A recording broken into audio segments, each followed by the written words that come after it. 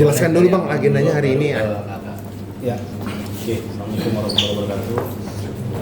Agenda hari ini kami ingin menyampaikan bahwasanya perjuangan kami untuk mendapatkan keadilan Republik Indonesia ini akhirnya terwujud ya, di mana saat ini berkas perkara yang kami laporkan di Polres Metro Bekasi sudah dilimpahkan ke Kejaksaan Negeri Bekasi, ya, di mana tanggal 17 April hari Kamis kemarin pihak penyidik Polres Metro Bekasi Kota telah menyerahkan berkas perkara berikut dengan tersangkanya.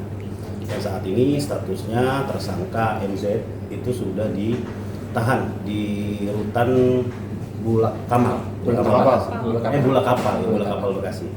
Dan selanjutnya juga Mbak April sudah menyampaikan juga bahwasanya saat ini antara Mbak April dengan saudara MZ ini sudah tidak memiliki hubungan suami istri lagi, baik secara agama maupun secara hukum, di mana pada tanggal 21 Februari sudah dibacakan oleh Majelis Hakim Pengadilan Agama Bekasi, sudah dibacakan putusan perceraian, yang dimana dalam putusan perceraian itu Mbak April itu tidak meminta satu sen pun hak-haknya maupun hak anaknya, hanya memohon saja kepada hakim bahwasanya terhadap dua orang anak ini berada di bawah pengampuan dan pengawasan dari Mbak April.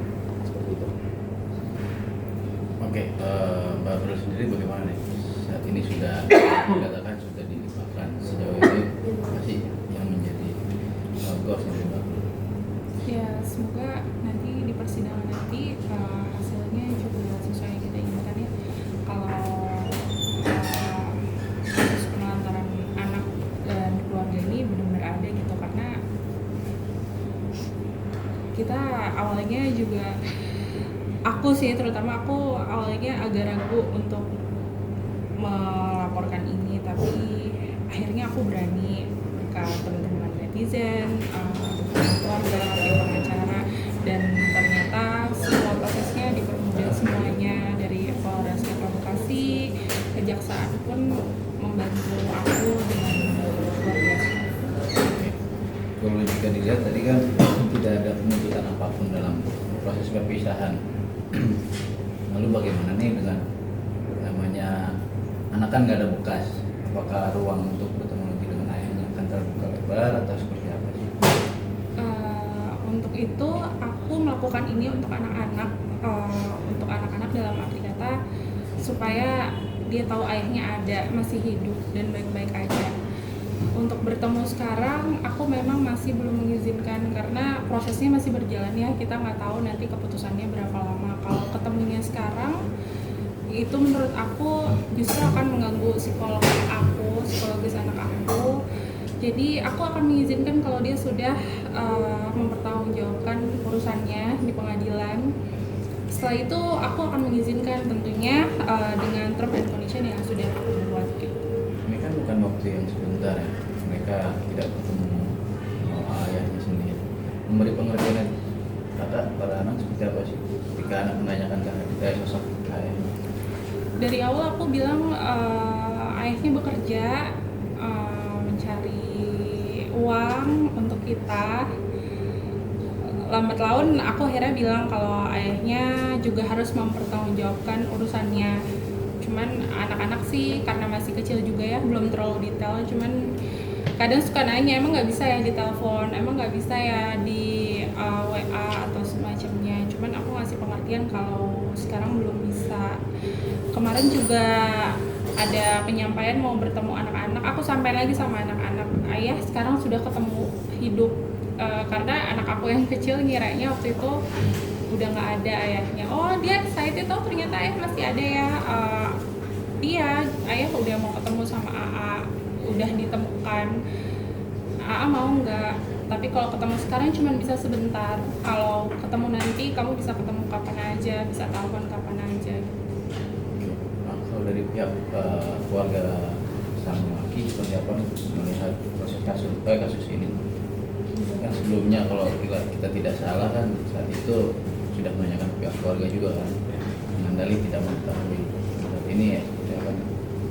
Ya sebenarnya dari pihak keluarga MZ ini nggak ada tanggapan ya, karena memang pada saat MZ ini ditahan di Polres Metro Bekasi maupun dilimpahkan dan ditahan oleh Kejaksaan Negeri Bekasi, ini keluarga juga mendampingi.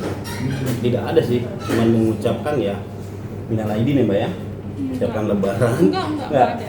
Cuman assalamualaikum gitu. Ya, nggak ada tanggapan yang gimana sih dari keluarga MZ ya. Memang dari awal proses ini kita laporkan memang nggak ada sama sekali. Dari sebelumnya semenjak dia hilang 1 tahun itu kita memang nggak ada komunikasi yang gimana ya, paling saling nanya apa sudah ada kabar Eki apa belum, saling bertanya kayak gitu, tapi nggak pernah ada satupun keluarga atau dia yang ke rumah. Sampai di Palembang ini banyak banget yang ditanyain. Di Palembang aku sama keluarganya, salah satu keluarganya, tapi setelah itu kita sudah putus komunikasi.